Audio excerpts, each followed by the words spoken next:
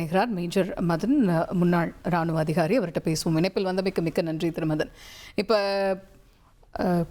இந்தியாவுக்கு தொடர்ந்து அதிநவீன இராணுவ உபகரணங்கள் வழங்குகிறோம் அப்படின்னு சொல்லியிருக்கிறாரு புதின். ஸோ இப்போ இதில் திரும்ப S-500 இதெல்லாம் பிட்ச் பண்ணியிருக்காங்க இந்தியா தரப்புலேருந்து. அதெல்லாம் இந்தியாவுக்கு வரும் அப்படின்னு நம்ம எதிர்பார்க்கலாமா? கண்டிப்பா மேம். இது அவங்க டேக் வாட் யூ வாண்ட் அப்படின்ற பாலிசியை இந்தியா கிட்ட வச்சிருக்காங்க. வெறும் ராணுவ தளவாடங்கள் மட்டும் கிடையாது, அதற்கு உண்டான தொழில்நுட்பம், டிரான்ஸ்பர் ஆஃப் டெக்னாலஜி, அதன் பிறகு பாத்தீங்கன்னா மேக் இன் இந்தியா. இந்தியாவோட இப்ப இருக்கக்கூடிய டிமாண்ட்ஸ் என்னவோ அது எல்லாத்தையும் மேட்ச் பண்றோம், நீங்க என்ன வேணா எடுத்துக்கங்க அப்படின்னு சொல்லி அவங்க ஒரு ஆஃபர் கொடுத்திருக்காங்க.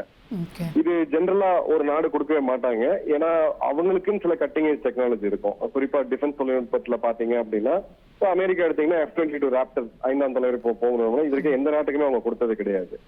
ரஷ்யா இப்போ ஒரு ஓபன் ஆஃபரை கொடுக்குறாங்க. இப்போ இந்திய விமானப்படை குறிப்பா Su-57 சொல்லக்கூடிய இந்த விமானம் அது டெக்னிக்கல் எவாலுவேஷன்ல இருக்கு. இப்ப துபாய் ஏர் ஷோல அவரோட எவாலுவேஷன்ஸ் அவங்க பார்த்திருக்காங்க. ஏற்கனவே அந்த ப்ராஜெக்டோட இனிஷியல் ஸ்டேஜ்லயே இந்திய விமானப்படை ஒரு நல்ல ஒரு டீப்பான ரிசர்ச் பண்ணிருக்காங்க. ரெண்டாவது S-400 இன்னொரு 5 அடிஷனல் பேட்டரிஸ் மற்றும் ஃபியூச்சர்ல வரக்கூடிய S-500 இந்த மூணும் இப்ப தேவையா இல்ல? S-400 நிச்சயமா அது ஆர்டர் ஏற்கனவே ஃபைனலைஸ் பண்ணிட்டாங்க, தேவை இருக்குன்றது. S-500க்கான எக்ஸ்பிரஷன் ஆஃப் இன்ட்ரெஸ்ட் இந்தியா கொடுத்திருக்காங்க.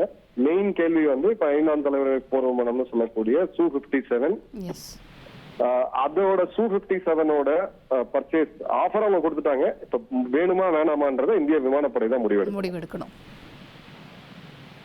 இந்த மாதிரியான தொழில்நுட்ப பரிமாற்றம் அப்படின்ற ஒரு விஷயம் நீங்க குறிப்பிட்ட மாதிரி அமெரிக்கா எப்பயுமே தர தயாராக இருந்தது கிடையாது. பட் இப்போ ரஷ்யா தர தயாரா இருக்காங்க அப்படின்ற பட்சத்துல இது இரு நாடுகளுக்கு இடையே காலங்காலமா இருக்கக்கூடிய நட்பின் அடிப்படையில மட்டும்தானா, இல்ல வேற ஏதாவது ஃபேக்டர்ஸ் இதுல கான்ட்ரிபியூட் பண்ணுதுங்களா? இல்ல, கிளியர் கட்டா ஜியோ பொலிட்டிக்கல் பேலன்சிங் இது ஒரு வகையில பாத்தீங்கன்னா நீங்க சொல்றது கரெக்ட் தான். இன்ஃபேக்ட் அது ரஷ்யா நமக்கும் ஒரு 75 இயர்ஸ் இப்ப டிஃபெண்ட் முதல்ல ஒரு ரஷ்யன் எக்யூப்மெண்ட் இம்போர்ட் பண்ணது 1950s IL-14 ஒரு கார்கோ விமானத்தை நம்ம இம்போர்ட் பண்ணோம். இன்னைக்கு ஒரு 75 இயர்ஸ் டைம் டெஸ்டடா ரொம்ப ரொபோஸ்டா ஒரு ரிலேஷன்ஷிப் இருக்கு அப்படின்னா அது இந்தியா ரஷ்யா தான். ரஷ்யாவை பொறுத்த வரைக்கும் இந்தியாவை இக்னோர் பண்ண முடியாது. ஏன்னா அவங்களோட வெப்பன் சேல்ஸ் அவங்களோட ஜிடிபியில் ஒரு மிகப்பெரிய கான்ட்ரிபியூட்டர். ஸோ அந்த வெப்பன் சேல்ஸ்ல செகண்ட் லார்ஜஸ்ட் இம்போர்ட்டர், இரண்டாவது மிகப்பெரிய இறக்குமதியாளர் இருக்கிறது இந்தியா தான். ஸோ அவங்க ஒரு ஸ்பெஷல் பையர் அப்படின்ற ஒரு லாங் டேர்ம் பையர் என்ற பெர்ஸ்பெக்டிவ்ல தான் பார்ப்பாங்க.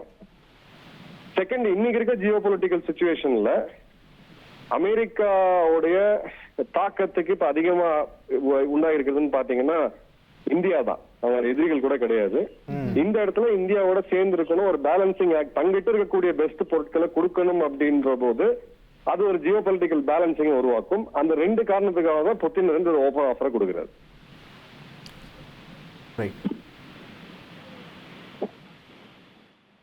நன்றி திரு மதன்குமார். இணைப்பில் உங்களுடைய விரிவான பார்வைகளை பகிர்ந்து கொண்டதுக்கு நன்றி. இப்போ அவர் சொல்கிற மாதிரி இப்போ ஓப்பனாக இந்த ஆஃபர் கொடுக்குறாங்க, இந்த தொழில்நுட்பத்தையே ஷேர் பண்ணுறாங்க. அப்படிங்கும்போது இந்த RIC ஆக்சஸ்க்கு அடுத்து எமர்ஜ் ஆகிறதுக்கான கூடுதல் இம்பார்ட்டன்ஸ் இப்போத்துலேருந்தே ஆரம்பிக்குதோ அப்படிங்கிறது நமக்கு ஒரு கேள்வியாகவே எழுது. அதுக்கான வாய்ப்பு இருக்குது அப்படிங்கிற மாதிரி தான் மேஜர் மதன் சொல்கிறது நம்மளுக்கு புரிஞ்சுக்க முடியுது.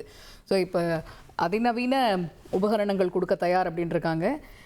எண்ணெய் வர்த்தகத்தை பொறுத்த வரைக்கும் எவ்வளோ வேணாலும் நாங்கள் கொடுக்க தயார் அப்படின்னு இருக்கிறாங்க. நாங்கள் வாங்க தயாரா அப்படிங்கிறது இந்தியா இதுக்கு மேலே தான் இன்னும் தெளிவுபடுத்தணும். அவங்களுடைய எவ்வளோ ப்ரொக்யூர்மெண்ட் இங்கேருந்து போகுதுங்கிறத வச்சு தெளிவுபடுத்தணும். அதி முக்கிய விவரங்களை அனைவருக்கும் புரிய வைக்கும் பாட்காஸ்ட். பொருளாதாரத்தை பல ட்ரில்லியன் ஆயுதங்களை கொள்முதல் செய்கிறது, சம்பவங்களை தேடி களத்திற்கே உங்களை அழைத்து செல்லும் ஸ்பாட்லைட். அங்க இருக்கக்கூடிய கள விவரங்கள் என்ன? இந்திய ராணுவம் கடந்த 5 வருஷமாவே சார் எனக்கு ரொம்ப பிடிக்கும் அவர் வர்றதுக்காக. எங்களுடைய நியாயமான கோரிக்கை. Even at the cost of stopping. பார்வையாளர்களையும் செய்திக்குள் பங்கெடுக்க செய்யும் மக்கள் குரல். 50 ரூபாய் எங்களுக்கு தண்ணிக்கு ஒரு தீர்வே இல்லங்க 10 வருஷமா. எங்களுக்கு சரியான ஒரு விடிவு கிடைக்கவில்லை. 60,000 ஏக்கருக்கு தான் கேட்கிறோம், பிச்சை கேட்கறாங்க. புத்தம் புதிதாக வித்தியாசமாக சில இடங்கள்ல பாகிஸ்தான்லயே பாராட்ட வேண்டாம், ஆனால் அதற்கு இவளை கொச்சைப்படுத்த வேண்டாம் என்று நான் கேட்டுக்கொள்கிறேன். மதத்தால் இனத்தால் மக்களை எப்படியெல்லாம் பிளவுபடுத்த முடியுமோ அந்த பிளவிற்குண்டான ஆயுதமாக இந்த மாநாட்டை அவர்கள் பயன்படுத்த நினைக்கின்றார்கள். அரசியலிலிருந்து சினிமா தனித்து இயங்க முடியாது. அனைத்தும் உங்களுக்காக. எப்போதும் இணைந்திருங்கள் தந்தி டிவியுடன்.